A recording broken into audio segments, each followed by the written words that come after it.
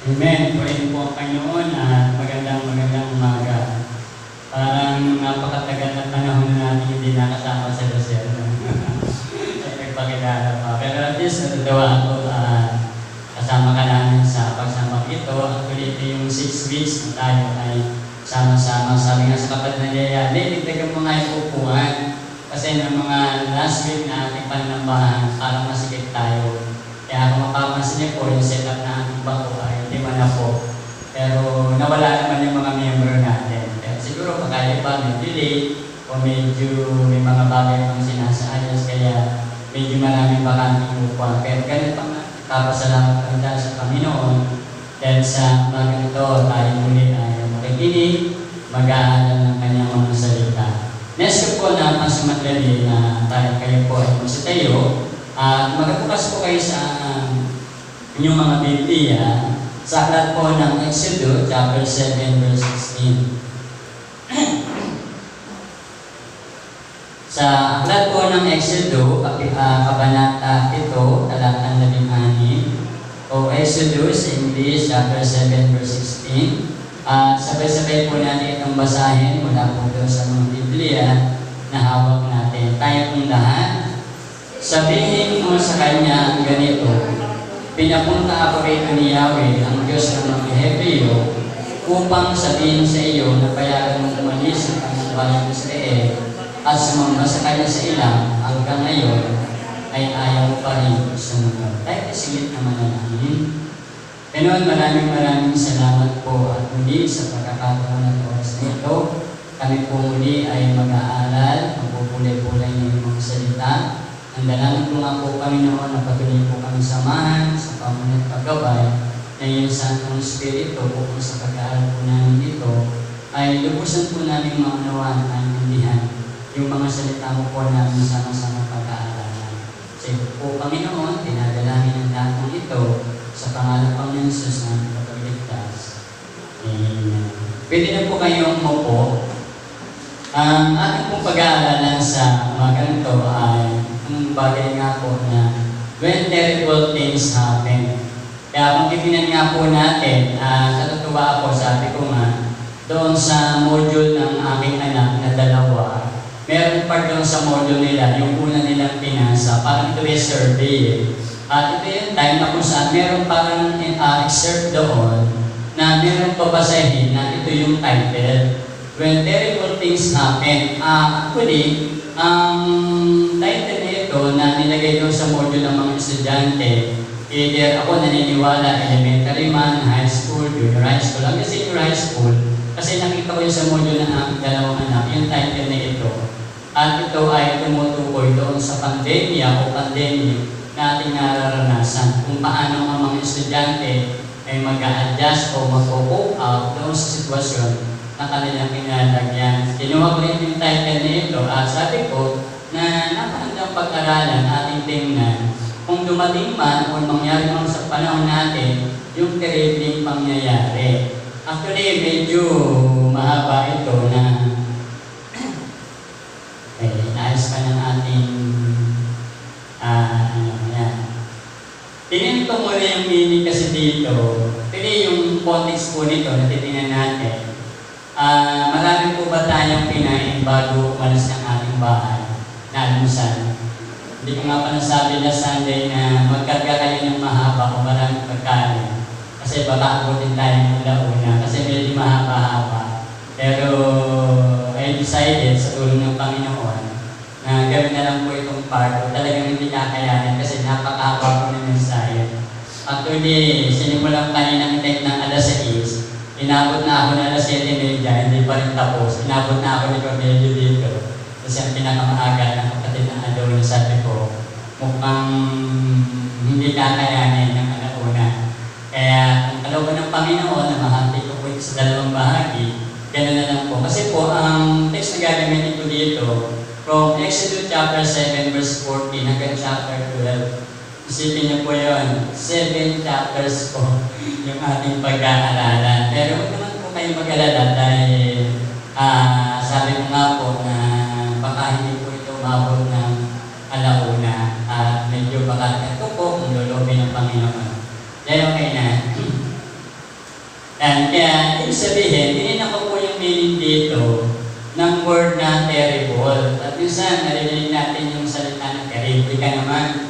Pero dapat pala, pakaingat tayo dahil yung word palang terrible, kung titingnan natin, tininan ko po yan sa Tagalog translation sa dictionary, sa English Tagalog, na ito po, tingnan niyo po yung word palang terrible, kahila-hilakbot, kakilakilabot, katakot-takot, kasindak-sindak. Kaya yung word palang terrible, hindi pala masayan na terrible ka naman.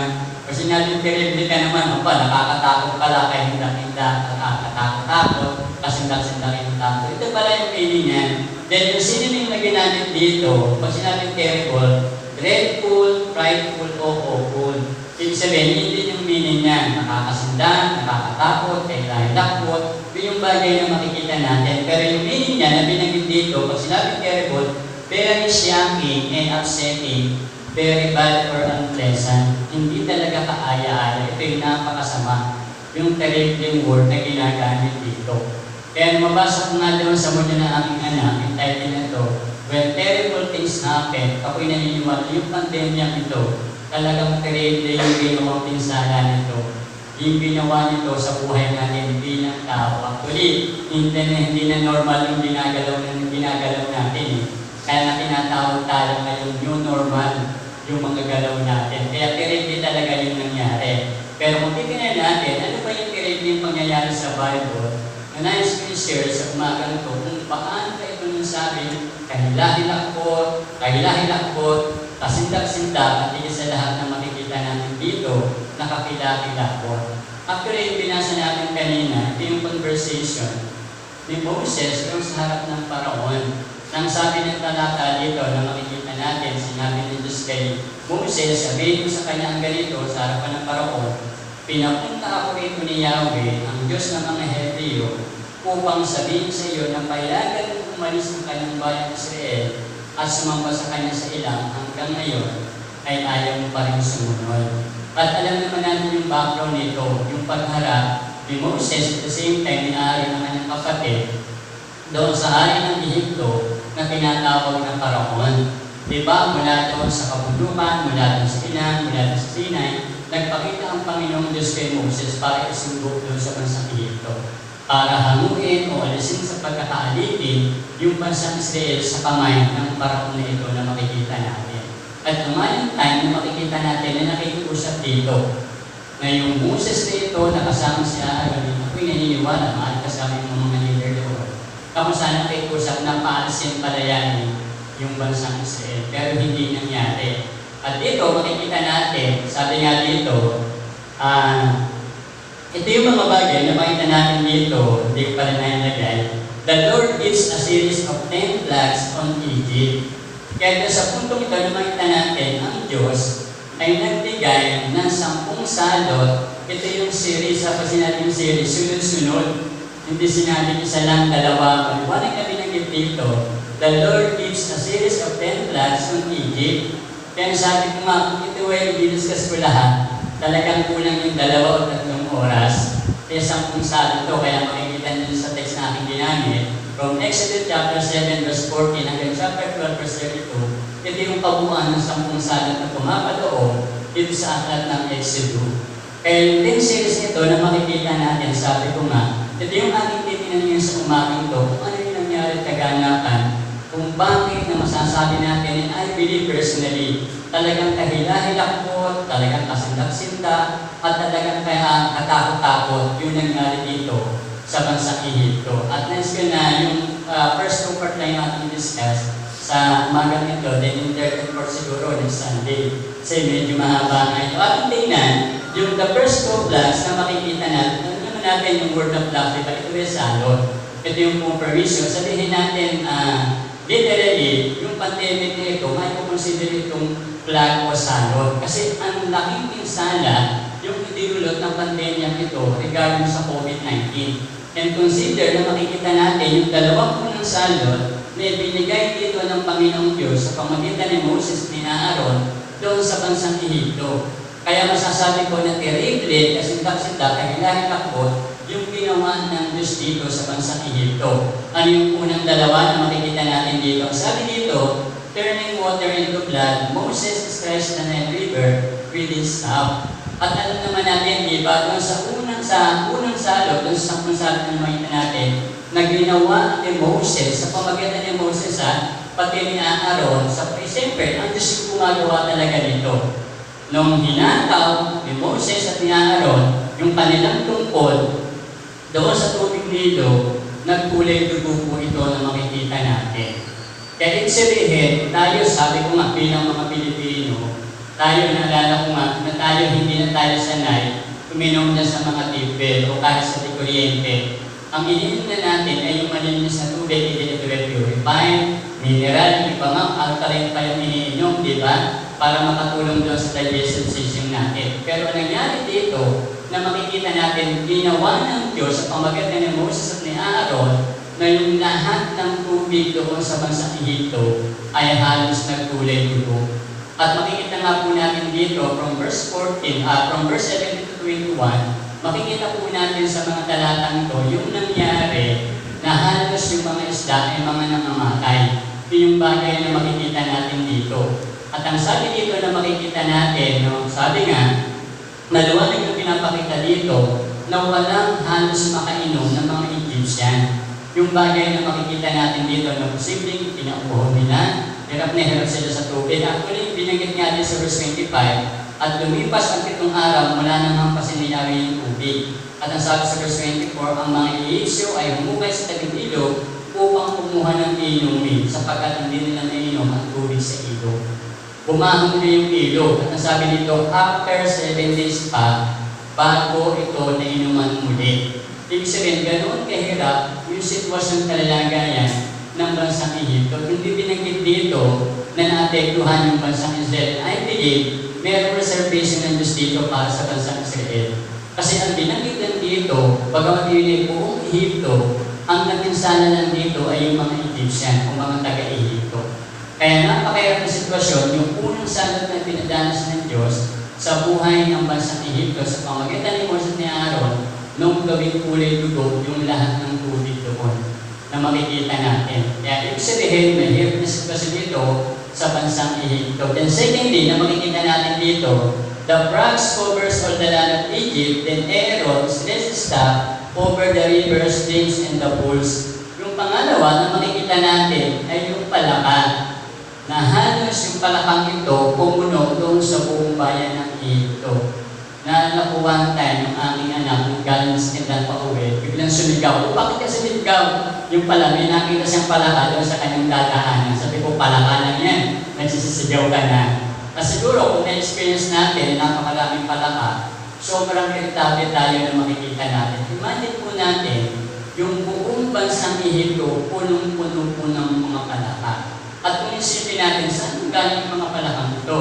Actually, most ng mga palaka po dito ay nanggaling po sa Nile River o sa ilog na yun na umahon. At higit sa lahat na pinarami talaga ito ng Diyos para ipakita doon sa Egyptian o sa mga Ehipto, higit sa lahat, sa paraon, nakakaiba yung kapangyarihan ng Diyos na ito.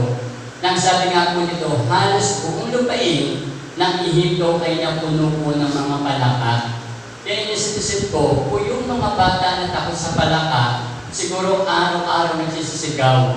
Araw-araw umiiyak yung mga batang maliliit dahil sa takot sa mga palaka. At ang sabi po ng mga talata dito na makikita natin yung kanilang mga kwarto, yung kanilang mga bahay, kahit saan po sila pumunta, punong-puno ng palaka yung buong lupain dahil sa dami ng palaka na makikita po natin. Then thirdly, na makikita po natin dyan, tungkol sa dalawang salad na yan, the Nile River was seen as God to the Egyptians because it sustained their civilization. Kaya kung titignan po natin, ang Nile River po o yung ilog Nilo na kung saan, isa po ito sa center ng kanilang pinagkukunang yaman. Kung titignan nyo nga po doon sa aklat ng Genesis, inahalin tulad po yung lupain ng Ehipto na katulad ng halamanan ng Eden. Naalala niyo po si Lot, yung pamangkin ni Abraham, nung pinapili po siya. Ang pinili po ni Lot doon sa Genesis na makikita natin, sa Genesis chapter 14 verse 10, yung kapatagan ng Zoar. At ang sabi doon, yung kapatagan ng Zoar ay katulad kung paano ito sagana sa tubig ay katulad ng halamanan ng Eden at ng kapatagan ng Ehipto. Kaya Kaya ang Nile River po, isa po ito sa pinagmamalaki at kinikilala ng Diyos po ito ng mga Egyptian ng panahon yun. Kasi ito yung nasusustain ng lahat ng kanilang mga pananim, ng kanilang pinagpupunang yaman, at talagang kinikilala po itong isa sa pinakamahalagang likas na yaman nila, na kinikilala po nilang Diyos. At anong pinapakita dito ng Diyos? Kung kinikilala nila ng Diyos, merong mas makapangyarihan at dakilang Diyos na higit yan sa ilog na yan. Yan ang ating Panginoong Diyos na si Yahweh. Kaya yung ilog nilo na yan, naman na natin, pinawang kulay dugo ng ating Panginoong Diyos. Then pangalawa naman natin, kalimitan ng mga palaka ay nanggaling doon sa ilog nilo. Na nilagyan talaga ng Diyos ng mga palaka na umago ng sangkaterbas, ang katutak at napakaraming palaka na halos yung buong lupain ng Ehipto ay nagkaroon talaga ng salat ng palaka. Kasi ito napakahirap na sitwasyon nito na makikita natin. Sabi nga dito, yung Nile River na yun, na kanilang kinikilalang Diyos ay hindi na matatawag na Diyos dahil pinagmulan ng salot. Then 14, na makikita natin dito, these two plagues duplicated by Pharaoh's magician. Yung bagay na nakakatuwa dito, yung pagpapupulan ng tubig at yung pagkakaroon ng palaka, nagaya po ito ng mga magicians. Kasi kung titignan po natin, as yung tingnan sa ating mga Bible, sa verse 22 kasi sabi dito, ngunit nagaya rin ito ng mga salamangkerong Ehipsyo sa pamagitan ng kanyang lihim na karunungan, kaya dahil matigas ang Paraon, ayaw rin niyang pakinggan siya ng Moses at Aaron tulad ng sinabi ni Yahweh. At kung titignan po natin yung verse 7 chapter 8, ang sabi ng talata dito, ngunit nagaya rin ito ng mga salamangkero sa pamagitan ng kanilang lihim na karunungan. Kaya yung mga magicians kung ito, mga tinatawag nilang sorcerer, o marunong po sa witchcraft, dinuplicate po nila yung pagpapapunan ng tubig at the same time, yung pagkakaroon ng palaka. At kung titignan niyo po, may isang bagay pa dito na makikita natin. Doon po sa verse 11 and 12, diba? Ito yung bago silang marap. Yung unang himala kasi ginawa ni Moses sa harapan ng Paraon, yung tungkod ni Moses na kung saan inihagis naging ahas. Dinuplicate po yan kasi tinatawag ng Paraon, mga salamangkero po, ali kayo, punta kayo dito at pakitaan niyo yung Moses ito na nagyayabang. Kaya nung inihagis ng mga sorcerer o mga magician ng Paraon, yung kanilang pagkat, naging ahas din po iyon. Kaya yung tatlong bagay na ito, yung pinakitang himala ni Moses, na-duplicate yung tatlong ito. Pero ang bagay na makikita natin dito, na advantage o kahigitan pa rin ng Diyos ni Moses, yung mga ahas na yun, nilibin lang ng tungkol ni Moses. Ibig sabihin, mas powerful yung tungkol ni Moses na naging ahas dahil yung tungkol ng mga salamangkero, kinain ng lahat ng ahas nila. At kung titignan natin, even yung tubig na naging kulay dugo at the same time yung mga palakang yun, kung talagang makapangyarihan sila, dapat ang ginawa nila, pinaalas nila, dapat yung kulay tubig na yun o yung kulay dugong tubig yun, ginawa nilang puti. Ang ginawa nila, mas pinarami pa nila yung kulay pulang tubig o kulay dugong tubig. At the same time, yung napakaraming palaka, dinagdagan pa nila ng mga palaka. Kasi kinaya lang nila eh. Diba? Mas maipapakita sana ng mga salamangkero, ng mga magician na ito, na mas makapangyarihan sila o yung Diyos nila kung naalis nilang lahat ng palaka. Pero dinagdagan lang nila yung pahirap ng mga tao doon sa lugar na yun ng Ehipto. Na yung kulay, dugong tubig, mas pinadugo pa nila at mas pinarami. Ibig sabihin, hindi pa rin nakakahigit yung mga magician o mga sorcerer na ito na makikita natin. Then yung panghuli dito, doon sa first point na makita natin, tingnan natin yung resulta dito na naging tugon ng Paraon. Ang sabi dito, the Pharaoh refused Israelites to let them go. Kaya maliwanag na pinapakita dito sa talatang 23 ng verse ng chapter 7, tinan kung sabi ng talata dito, ang ginawa nila ay hindi pinansin ng Paraon, umuwi na lamang ito sa palasyo. Kaya kahit nagpakita ng kapangyarihan o milagro si Moses, nung pinapulan yung halos kulay dugo yung lahat ng tubig, hindi po sila pinansin ng Paraon. At ang sabi po dito, na makikita natin sa verse 15 ng chapter 8, ang sabi ng talata dito, ngunit nagmatigas muli ang Paraon nang ito'y makahinga na naman ng maluwag. At tulad ng sinabi ni Yahweh, hindi pa rin siya nakinig na Moses at Aaron. Kaya sa dalawang unang salat nito na ipinakita ni Moses, siyempre sa kapangyarihan ng Diyos, na ipinakita sa harapan ng Paraon at sa lahat ng mga Egyptian, naging matigas ang ulo ng parong ito na makikita natin. At makikita nga rin natin, di ba, kahit sa verse 13, ito rin yung sinabi, gayon may naging matigas pa rin ang Paraon at hindi na kinikinamo siya Aaron gaya ng sinabi ni Yahweh. Siguro kung saan naman nangyari ito, in case lang, ang Laguna de Bay, kilalang-kilala sa buong Pilipinas. Actually, ito yung pinakamalaking lawak sa buong Pilipinas. Doon sa Lebrinillo, kasi sabi ko nga, parang na rin ako nag-aaral. Araw-araw ako nakaputok doon sa aking dalawang anak Lalo na kay Joy, kasi talagang, dati ano ba ito? Paano ba ito? Dati ano ba sakit dito? Kaya minsan sabi ko, anak, ikaw ang nag-aaral. Ako ay matuturo lang, hindi ako estudyante. Pero kaya sinatutuwa ko talaga, alam niyo po, sabi ko, parang sumusobra na, pag-ising po niya ng alas 7, tuloy 6:30 na rin niya, pag-ising alas 7, hanggang alas 12 po ng madaling araw. Sabi ko, di ba, 74 lang yung klase niyo, dati, ang dami po namin sinasabitan, at nakita ko naman talaga. Kaya yung anak ko, hindi dati, tulungan mo naman ako, dati po, paano ba ito? Pero sa Diyos, sabi ko nga palibasan, medyo bata-bata pa, ang hirap pala nitong ganitong klase ng modular o yung online. At si Jesse, may online, buti na lang si Joy, walang online, puro modular. Sabi ko, ang hirap. Kaya sabi ko, nung nakapunta nga sa eskwalahan, tinanong ng mga teacher, opo, talagang napakahirap. Kaya ibig sabihin lang, pinapakita dito, yung sitwasyon na nararanasan natin. Ako personally kasi sabi ko talaga kanina, hindi normal yung ginagawa at ginagalawan natin sa panahon. Ito yung new normal. Pero kung titingnan natin, mas worse yung sitwasyon nila naman. Anong panahon yun, halos 7 araw sila na walang mainom na tubig. Kundi ang ginawa pa ng mga Egyptian, kung saan meron palagi na tubig, umuukay po sila ng lupa. At siguro, nasasala ng lupang yun, yung tubig para hindi maging kulay dugo. Maaaring yun ay medyo malinaw yun ng konti. At the same time, makikita natin yung katakot-takot at napakaraming palaka. Isipin niyo yun kakain ka, katabi mo yung palaka.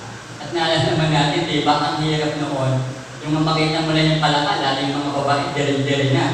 Kumakain ka, nakatabi mo yung palaka, natutulog ka, katabi mo yung palaka. Di ba, napaka-irritable yung ganun sitwasyon na makita natin. At the same time, napakahirap. Talagang sa ating ngayon, matatawag na kasindak-sindak, kahit dahil ang po. Then secondly, na makikita natin dito, tingnan pa natin yung tatlong salot na binigay pa ng Panginoon. Yung the third, the fourth, and eighth. Kung daw po ako doon sa 8 plus na makita natin. At ano ba itong tatlong salot nito na makikita natin? Yung isa po dito, doon sa chapter 8 na makita natin, yung tinatawag na nas. Hindi po ito yung nas na mane Ito yung nas ang tawag po dito. And sabi po dito, Aaron strikes the dust and not suddenly infest the entire Egypt. Kung titignan po natin, sabi ko nga nakakatawa itong magkapatid na ito Kasi talagang sila yung messenger ni God ng ating Panginoon. At mapapasin nyo sa takbo ng kwento, palitan po yung dalawa sa paggamit po ng staff. Minsan si Aaron yung humahangkas, minsan si Moses yung ini-stress na yung kanyang tungkol, diba?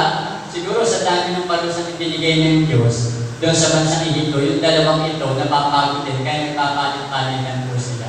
At sa pagkakataon ito, namin natin si Aaron naman, yung nag-strike, doon sa kung saan namin natin sa buhangin, yung mga pulpos po doon namin natin, nangyari po, na yung mga pulpos o mga lawak na doon sa lupa, ay nagdisula po itong mga niknik. Doon sa translation na gamit po, niknik po, pero sa ibang Tagalog ng translation, ang ginamit po doon ay puto. Puto po yung word na ginamit. At alam po yung niknik ito yung parang isang insekto o hayop na napakaliit na pag ikaw ay nakagat, talagang masakit. Diba? Ito po yun. At the same time, kung iyan man ay puto, ayon na sa Tagalog, sa ibang Tagalog translation, sa ulo nga lang, pagka kumakagat niyang mga putong yan, diba? Inis-inis tayo. Ang kati-kati, diba? Minsan, kakakamot natin, kakagat ang putong yan, nagsusugat yung ating mga ulo. How much more kung makikita natin yung lugar ng Ehiptong to, ay makikita natin na talagang in-infect niya talaga yung buong Egypt. Yung lahat ng mga tao doon na talagang pinasa sila ng mga putong ito o tinatawag ng mga niknik. Kahit maliwanag na pinakita dyan from verse 16 to 19, maliwanag na yung alabok na kung saan nung itinuro ni Aaron, yung kanyang tungkol na ito, nung kanyang ihampas sa lupa, naging mga niknik o naging mga puto ang lahat ng ito na makikita natin. Sipin niyo kung tayo sa bahay lang natin, pag may natatawag na sa isang araw, na okay lumabas na sa kusina, hapon-hapon ko yung lamok na yun eh. Hindi ko mapatay-patay, paikot-ikot na ako. Laki ng lamok, gusto kong mapatay. Tawa ng tawa si Jay, sabi, dati ano ba yung ginagawa mo? Hindi ko naman sabi, hindi ako naloloko, pinapatay ko lang yung lamok. Isipin yun, isang lamok lang yun, nanggigigil na ako mapatay. How much more, yung buong Ehipto, punong-puno ng niknik, punong-puno ng mga puto na makikita natin, ang puno sana, o pumipeste doon sa mga Egyptian na makikita natin. Hindi madali yung sitwasyong ito na kanilang pinagdaraanan. Then fourth na makikita natin, masala dito yung flies. Sabi po dyan, Egypt is filled with great swarm of flies but not appear in the land of Goshen. Dito lang binanggit, ako'y naniniwala na sa mga naunang salo, hindi ito nakaka-apekto sa mga Israelita. Dito lang particular na binanggit sa talatang ito from verse 20 hanggang 24 na yung lupain ng Goshen, kasi ang lupain ng Goshen, dito nakatigil po yung mga Israelita. Nang sabi dito na magkaroon ng napakaraming laksa-laksa, libo-libong langaw, hindi po nagkaroon kahit isa doon sa lupain po ng Goshen. Nasa yung napakarami, daan-daan, libo-libo, sabihin natin bilyon-bilyon langaw, nandoon lahat po sa mga Egyptian. Sila po yung piniperwisyo dito na makikita natin. Kaya ibig sabihin yung mga langaw na ito na napakarami, ito po ang nasumpungan doon sa lugar ng mga Egyptian. Maraming beses na rin po tayo nakakita nito sa balita, di ba yung parang Pampanga? Naalala nyo pagka yung tabi ng manukan? Ano po yung unang pulisa o insekto na pumapalibot po doon, nagiging tested, napakaraming langaw. Kasi nga po, ang dumi, pagka yung mga manok hindi mo yung nililinis, hindi natagahan mabuti, ang nangyayari po doon, yung mga langaw ay dumadami. Kaya nakakaawa yung mga taga-Pampanga yung na kumakain sila, ang daming langaw doon sa kanilang paligid, na nadadapuan po yung kanilang pagkain. At ini-imagine ko lang, ganito rin yung senaryo na naranasan ng mga Egyptian ng panahon ito. Na kumakain sila, natutulog sila, nasa loob sila ng bahay, nasa labas sila ng bahay, puro langaw po yung paligid na nakikita nila. Diba? Tayo nga, nakakairitabi yun, alam naman natin, kaya nga lalo sa pagkain natin, ayaw natin madadapuan ng langaw. Kasi yung langaw na yun, madumi eh. At minsan nga, pagka tayo medyo may pagkadelikado. Pag nadapuan na lang ang pagkain natin, ayaw na, tinatapon na natin. Pero imagine nyo yung nangyari sa bansang Ehipto. Yung isang tabaka at napakaraming langaw nito, araw-araw po nila yung nakasama. Hindi na nabanggit dito kung gaano kahabang araw. Pero ang sinabi ng talata dito, nagpalitaw, nagpadala ng napakaraming langaw ang ating Panginoong Diyos. Nung ituro ni Aaron doon sa lupa na yun, sa alok na yun, at ito ay naging niknik o naging puto. Then makikita pa rin natin, number 2 yan, nagkamali lang ako. Then number 3, yung tinatawag na logos o yung tipaklong. Ang sabi dito, Moses raised up his staff over the land of Egypt, and the Lord directed an east wind on the land all that day and all that night, and when it was morning, the east wind brought the logos. Kaya kung chapter 10 verse 1 to 15 na makikita natin, yan ay yung naging senaryo na makikita natin. Dahil ibig sabihin, yung ikalawang salad na yan, yung logos na yan, ito yung pinadala ng Diyos. Mapansin nyo, si Moses naman yung nag-stress ng kanyang staff. Sabi ko, parang yung magkapatid ito, partner talaga sila, parang palitan. Para po, kapatid, hirap ka na ba? Ako naman ang mag-stress. Ako naman ang nahataw. Ako naman ang pupukpuk na yan. Para may lumabas na salo, diba? Yung bagay na sabi nga po dito, yung buong Ehipto po na makikita natin, sabi ng talata dito, from verse 1 to 15, halos walang mahulugan doon sa dami ng tipakong na hindi na nangyari kahit ang unang panahon hanggang sa panahon kong ito kung gaano karami yung logos na ito. Sabi nga ito po ay peste. At ang sabi dito na makikita natin, yung natirang mga halaman, ito yung umubos. Lahat ng mga puno, walang natirang mga dahon sa lahat ng mga halaman at lahat ng mga puno. Na kung saan nagpadala ng malakas namin ang kayo magkapon hanggang kung magdamat at kinabukasan, ito na yung daladala. Yung mga tipaklong o tinatawag ng mga bala na umubos halos ng lahat ng kanilang kanilang mga pananim na makikita natin. Dahil sabihin, yung mga natira doon sa paglakpak ng yelo, ito yung mga umubos doon sa kanilang pananim na makikita natin. Kaya ibig sabihin, ito yung kilamang salot na kung saan, kung titignan natin, yung tatlong salot na ito, yung nas, yung flies, and locust, mga insekto at mga kulisap o mga hayop po ito na pinadala ng Panginoon doon sa bansang Ehipto. Na lahat ng ito ay pumerbisyo, lahat ng mga ito ay makikita talaga natin na nagpahirap doon sa bansang Ehipto na makikita natin. Tingnan natin yung response dito ng mga sorcerer. Sabi po dito ng mga magician. Ang sabi dito, the magicians tried to duplicate this, but they could not. They said to Pharaoh, this is the finger of God. At tingnan niyo po sa inyong mga Bible para makita niyo yung verse 18, pati yung verse 19 na binanggit po dyan. Ang sabi po ng talata dyan, na makikita natin, pinilit ng mga salamangkero na magpalitaw rin ng niknik sa pamagitan ng lihim nilang karunungan, ngunit hindi nila ito nagawa. At ang mga tao at hayop ay patuloy na pinahirapan ng mga niknik. Dahil dito'y sinabi ng mga salamangkero sa Paraon, Diyos na ang may gawa nito. Ngunit hindi rin napinag ang kalooban ng Paraon, hindi rin siya nakinig ng Moses at Aaron tulad ng sinabi ni Yahweh. Yung mga magician, yung mga sorcerer na ito, wala po silang nagawa. Kung yung tatlong bagay na ginawa ni Moses at ni Aaron sa pamagitan ng tungkod na yun, yung ginawang ahas ni Moses, nagawa ng mga salamangkero. Yung kulay tutong tubig na duplicate na gawa nila. Yung pagpapalakas ng palakak na gawa nila. Pero sa puntong ito na makikita natin, yung ikatlong salot na, yung binigay dito ni Moses, siyempre sa kapangyarihan ng Diyos, yung niknik o kung puto man yan, sabi dito ng mga salamangkero, hindi ito nagawa. At ang sabi dito na nakita natin, Diyos na ang may gawa nito. Parang sinasabi ng mga salamangkero, mga manisang ito, wala na tayong magagawa, mahal na Paraon. Mahal na hari, kita-kita din na nangyayari. Kamay na ito ng Diyos, daliri na ito ng Diyos.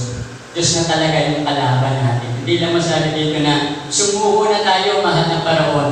Sumuko na tayo, mahal na hari. Wala na tayong kalaban-laban. Pero ang bagay na makikita pa rin natin dito sa puntong ito, ang sabi dito na may natin, kung tinignan po yung chapter 10, verse 7, hindi lang po yung mga salamangkero para makita po natin. Sabi ng verse 7 ng chapter 10, hindi ko lang nailagay dyan. Ang sabi ng talata po dito, sinabi sa Paraon ng kanyang mga tauhan, hanggang kailan pa kaya tayo guguluhin ng mga taong ito? Payagan nyo na silang umalis upang sumamba sa Diyos nilang si Yahweh, hindi pa nyo nakikitang nawawasak na ang buong Ehipto.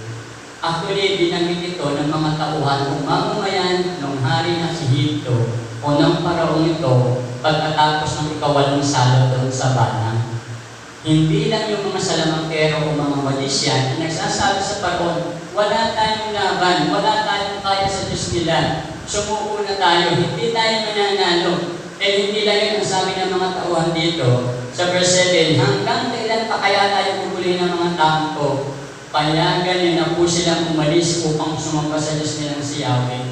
Hindi nyo ba nakikita na wawasak na ang buong Ehipto? Talagang titingnan po natin yung senaryo yun. Sabi nga, actually, pang-walong salot na ito doon sa Balak. Ito yung sabi ng mga tauhan. Wala na nangyayari. Nalala ko nga, sinabi ng ating Pangulo, wala na tayong pondo. Kung hindi pa natin bukusan unti-unti yung ekonomiya ng ating bansa, walang patutunguhan ng ating bansa. Lahat tayo pwede mamatay. Kaya kahit unti-unti, nakakapag-adjust tayo from ECQ, naging MECQ, naging GCQ, naging NGCQ na tayo. At medyo maluwag-luwag ng kaunti. At nung titignan po natin yung senaryo ito sa bansang Ehipto, ako naniniwala, napakalayo ng diferensyang pinalalagay natin ngayong pandemya. At nung titignan natin yung senaryo nangyayari sa bansang Ehipto, tingin ko hindi tayo tatagal. Isipin nyo kung gaano kahirap ang pinagdaanan ng bansang Ehipto. At makikita natin kung paano ginamit ng makapangyarihan ito si Moses at si Aaron. Para lang ipakita sa Ehipto o sa bansang Egypt at hindi sa lahat sa Paraon nakakaiba yung Diyos nila Moses. Napayagan sila na sumamba sa kanilang Diyos doon sa ilang. Napayagan sila na palayain yung mga Israelitang to sa kamay ng Paraon.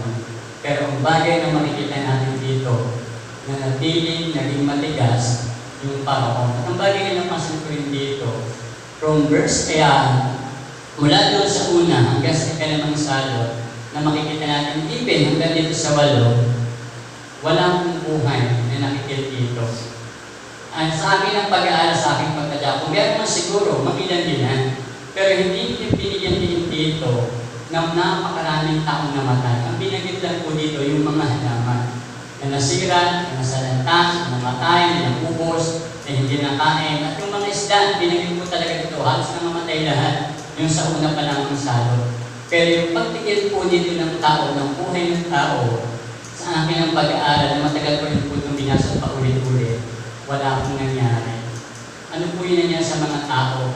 Inalasap lang ng Diyos sa kanila yung pahirap na maranasan nila kung gaano kahirap magkaroon ng salot na kagaya nila.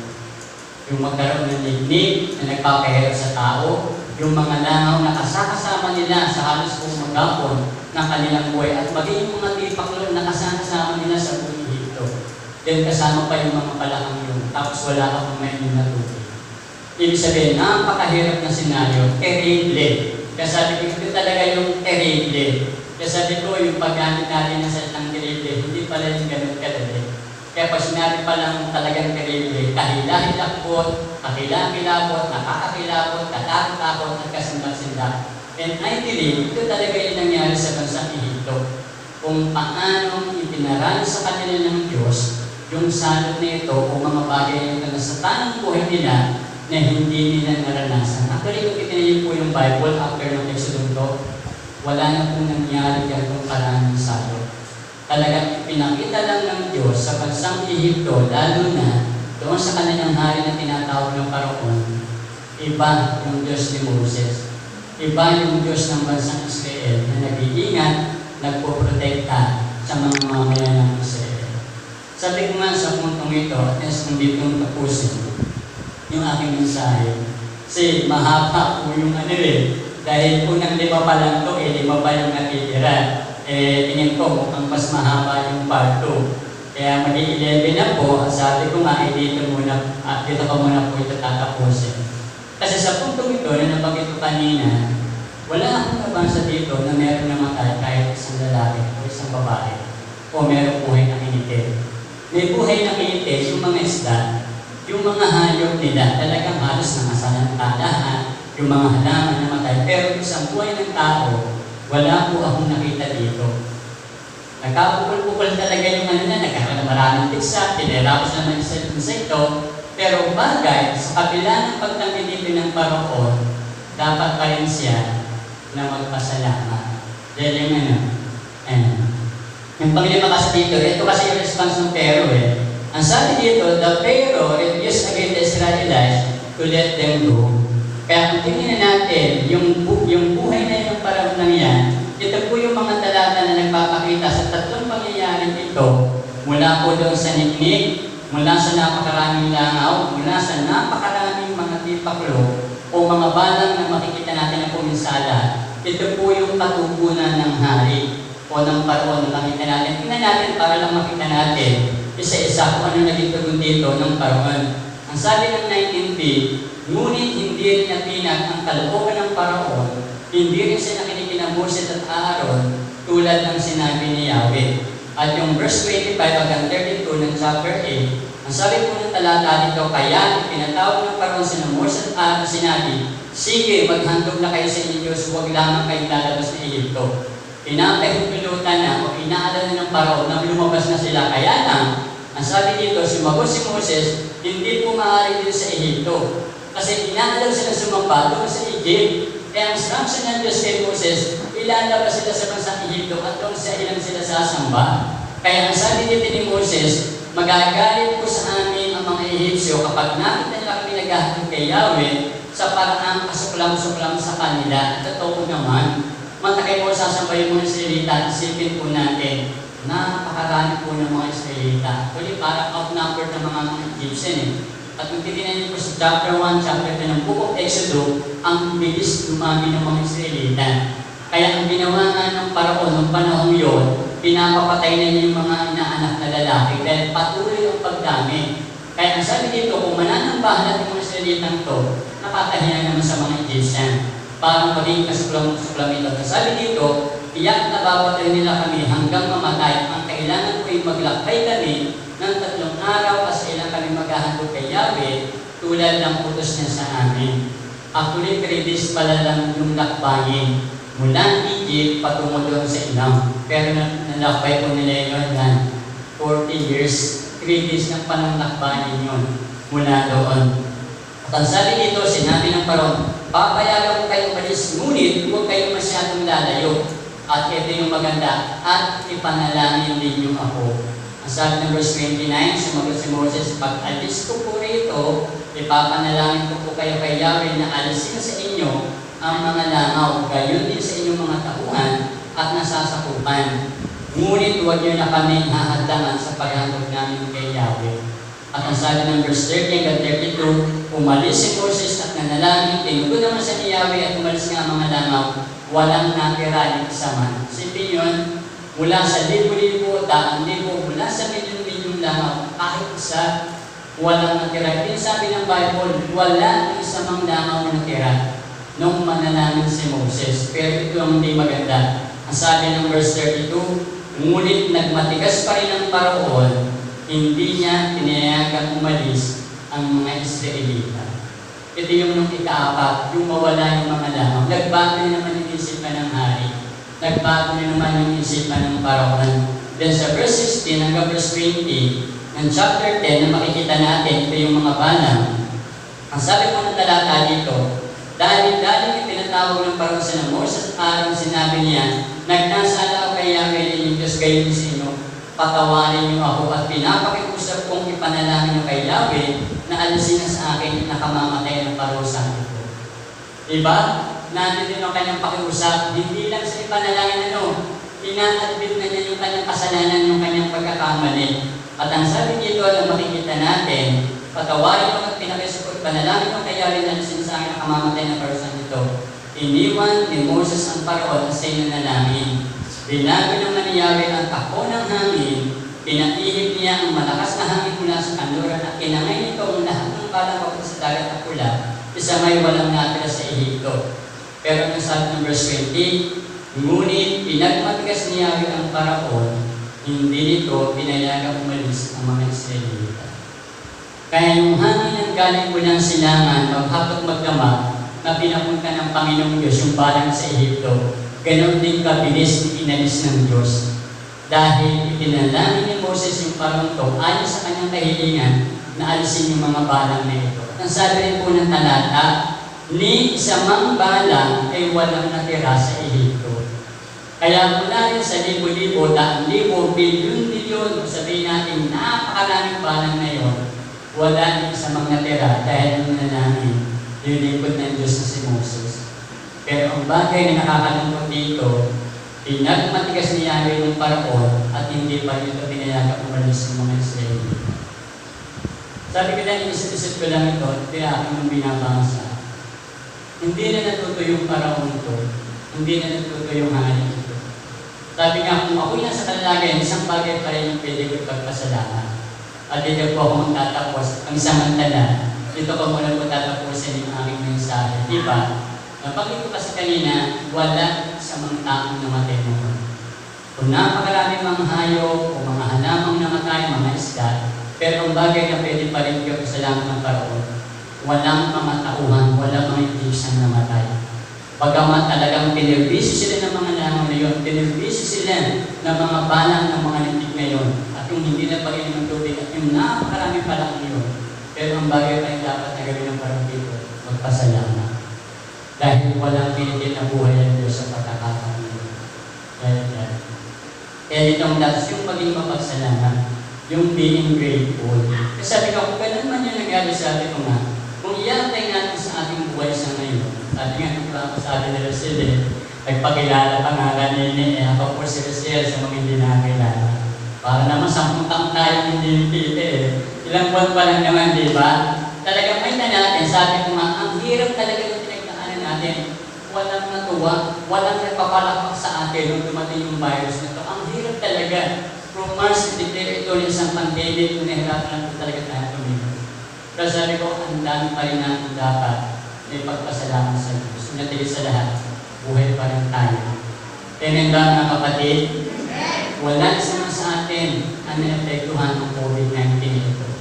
Kung meron tayong mga kaibigan na kilala na apektuhan ng COVID-19 ito, pero salamat sa Panginoon, tayo ngayon na ito ngayong umaga, yung mga anak ng Diyos, yung mga member ng Malawang Christian Diyos, walang naapektuhan sa atin ng COVID-19. Di ba mapagpasalamat pa rin tayo? At pinatataw pa rin sa mga teacher, ang nilibet nga pa rin sa araw. Hindi ba tayo nagpapasalamat na kahit yung sitwasyon natin?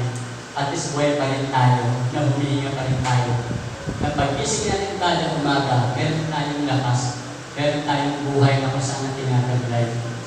Kahapon nalungkot ako sa tawag niya sa mga kaibigan pastors, Pastor David Perry. Kasi may usapan kami na meron ako kakasal ng member niya. Pastor, tuloy po yung ating kasalan sa October 18, parang next week. Kaya alam ko, hindi na sa sila. Sabi ko, bakit po? Siguro, grabe yun. Isa sa leader niya. Kaya nangyari, Pastor, sa simbahan na lang po namin.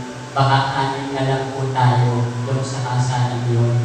Sponsor lang po. Ayun, kami sponsor, sabi ng mag-asawa. Then, ikakasal at po kayo. Sabi ko, bakit na nangyari?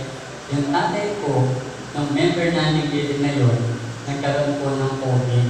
At ito po ay na-hospital. Alam niyo kung magkano nangyari nila? Private hospital po. Sa Southwest, anong hospital to? UniHealth. 1.5 million po ang pinagbayaran ng pamilya. Ang nakakalungkot po, sabi ko, para akong binuhusan ng napakalamig na tubig. Namatay pa rin po yung kanyang tatay. Hindi po nakasurvive. Sabi ko, grabe talaga. Kaya siguro sabi ko, alam ko sa silang maraming magandang kasalan dyan. Pero dahil nga sa pangyayari ngayon, sabi niya, Pastor, tayo na lang. Mga anak lang tayo doon sa kasalan niya. Para lang matuloy ng pasal. Siguro naka-schedule na talaga. Pero sa hindi inaasahang pangyayari, ito yung nangyari sa kanyang tatay. Sabi niya, okay lang, sabihin natin, maganda na lang talaga siya. Pero yung gagastos ka ng ganung kalaking halaga ng 1.5 billion, tapos hindi naman nakasurvive, hindi naman nabuhay. Sabi na, kalaking pera, ang laking kayamanan na yun para sa atin. Sabi ko, ito talaga yung naranasan ng maraming tao. Sabi ko, pasalamat pa rin tayo. And sa blessing pa rin kahapon, kasi nga, yung si Mang Benny siguro, kilala ko sa iyo, wala ko si Mang Benny dito. Kilala ko ni Leia. Siya po yung head teacher, master teacher, sorry. Hindi po siya head teacher, master teacher sa Genesis. Tinis niya po ako mga Wednesday, sabi, Pastor, punta ka doon sa school. Sabi ko, sige po, pwede ako ano as well as this. Yung pala, kaya nang pinapapunta doon, birthday niya. Anong purpose niya po? Para lang ipanalangin yung kanyang kaarawan at ipanalangin po yung pagkain. Natutuwa ako sa tami ito, and I believe ito yung puso niya talagang makalis. And I believe ito yung tumanggap sa penak ulit, pinatanggap ulit sa kahapon. Nandun yung puso niya mapagpasalamat. Na pinakain niya yung mga basic teacher at siguro gusto niya talagang masira. Pero naramdaman ko sa yung mga teacher nung nakaraang Friday na pagod na. Yung mga dumadating na late kasi ang usapan from 12:30 to 3, kuha ng module. Dumadating yung mga magulang alas 4. Kaya nagagat ng mga teacher, ibang gusto na umuwi. Yung iba uwi pa sa malaking lugar. Kaya nagagat ng teacher, magsishare pa sana ako. Kaya natisan ko, mukhang yung mga teacher na ito, mukhang maiinit na ulo. Kaya pinag-pray ko na lang yung kaarawan ni Mang Venus na pinagpasalamat ng buhay niya. At the same time yung pagkain. Natutuwa ako na nanatili pang mga bagong teacher ng Genesis. At kung loobin ng Panginoon, next year na magkaroon ng face-to-face, kung makakapasok ulit tayo, at least meron pa rin tayong contact person. Pero hindi sa lahat nagpasalamat ako dahil in-invite nga pa ako, hindi lang nung Friday, kundi tinamagan. Kahapon nga po, sabi, Pastor, kaya kita pinapunta dito. Dahil gusto ko ipagpasalamat sa Panginoon yung aming bahay. Kasi nakalipat na pala sila noong July, bagamat nasabi niya sa akin, meron po kaming bahay na nakuha doon na hinulutan ko namin sa pag-ibig. Then sasama ko na rin kung papananamin sa inyo, yung house blessing nga, then yung mga sasakyan na gamit namin, yung kanyang motor, then yung kanila pong dalawang kotse na gamit ng kanyang anak. Sabi ko, nakakatuwa yung taong to kahit na dumaan sa panahon ng pandemic, pero isang bagay na sa puso isipan niya rin yung pagkilala doon sa tunay na Diyos. At ito yung bagay na hindi ko nakita dito sa Paraon.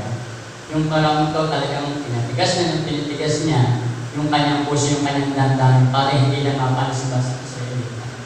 Kaya kahapon nga po, isang privilege na rin, nagpapunta ko nga po doon, nakita ko po yung kanyang bahay, talagang maganda na po, talagang napatilis na niya. At parang yun na rin yung dinagdag nila doon. Nakita ko nga yung kanyang sakyan, maalis na yung kanyang asawa, nagtatrabaho din pala dito sa DO, pati yung kanyang anak na nandun. Nakakatuwa na bago namin i-host niya, nag-share muna ako ng gospel doon. Nakakatuwa yung asawa niya, then yung kanyang anak, then yung magiging manugang niya, then yung dalawa niyang bayaw ata yun, yung dalawa niyang kapatid doon, tumanggap sa Panginoon. Kaya kahit sa mismo talagang tuwang-tuwa, ako din, personally natutuwa, dahil sa taong ito, na kung saan nakita ko talaga sa kanya, yung pagiging grateful o mapagpasalamat.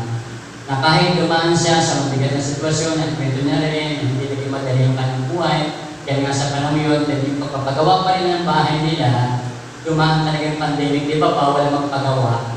Pero yung panahon yun, bago sila lumipat, hanggang sa ngayon nga, unti-unti nilang pinapaayos na magagaling ng kanyang bahay. So sabi ko nga, kung ito lang yung bagay na nakita na Diyos sa buhay ng Paraon ito, pwede na niyang hindi ituloy yung natitira pang santo. Kung nagbago lang ng isip yung Paraon ito, o sige, talaga ako nagkasala sa harapan ng Diyos. Nagkamali ako, o sige, panalangin niyo ako, sige sa lahat, handa ko na kayong paalisin sa lugar na ito. Kung nahihirapan kayo, tapos na kayo, o pagod na kayo sa pangalitin sa inyo, pwede na kayong umalis mga sa inyong Diyos. Pero hindi ito ginawa ng Paraon. Hindi, nagmatigas pa rin sa inyo. Ay, binasabi ko nga, sa buhay natin bilang mga anak ng Diyos at bilang mga Kristyano, hindi po tayo pwede magmalaki. Hindi tayo pwede magmatigas sa Diyos. Hindi po tayo mananalo.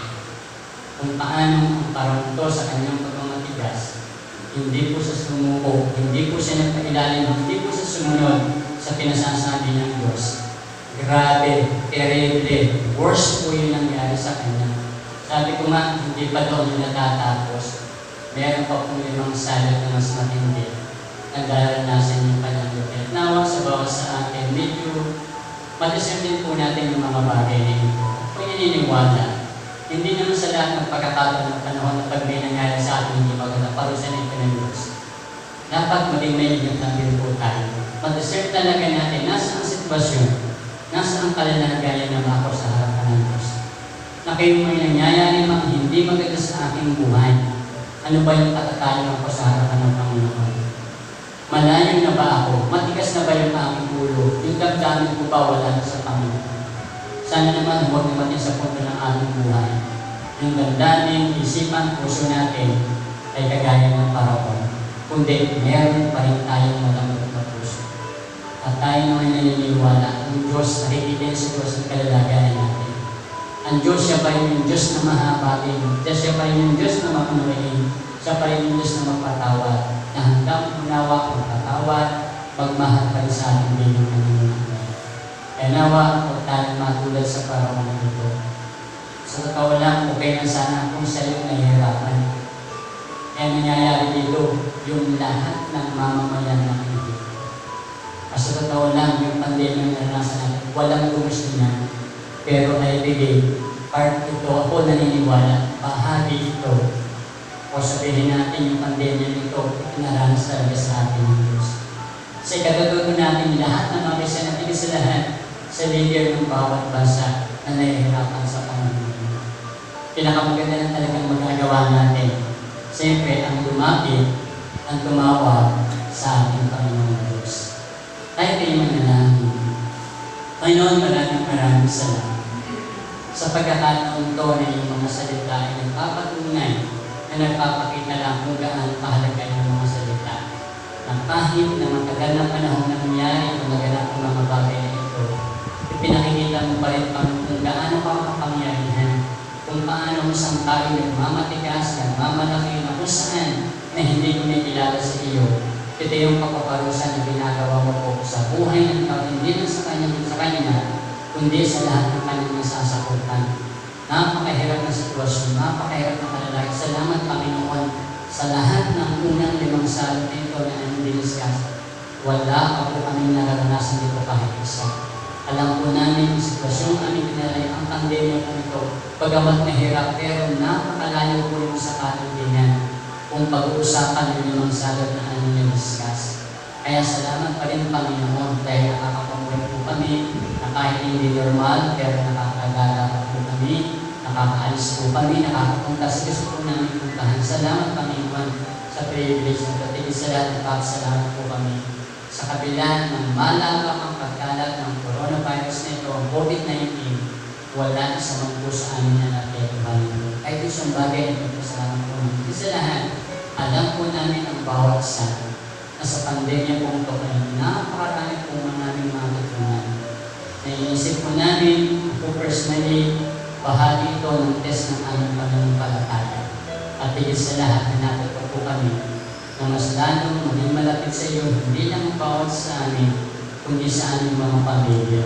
Bagamat mahirap, bagamat hindi maganda yung sitwasyon ating daraanan, alam po namin na nandun ka pa rin. Na handang tumulong, unawa, kumintindi sa amin, na handa po kami kalingaan ng Panginoon. Kaya salamat sa mga paalaala nito ng mga salita namin napag-bulay-bulay na ang napagawin ng mga kanangganan. Kung nga po, Panginoon, na patuloy po itong pinili mo sa aming puso dito. Makita po namin yung kahalagahan ng mga salita mo po o mensahe mo po na pinakaawal sa bawat sa amin. Pinupuri ka namin, pinapasalamatan ka namin sa pangalan ng Jesus ang pagkakas. Purihin po ang Panginoon.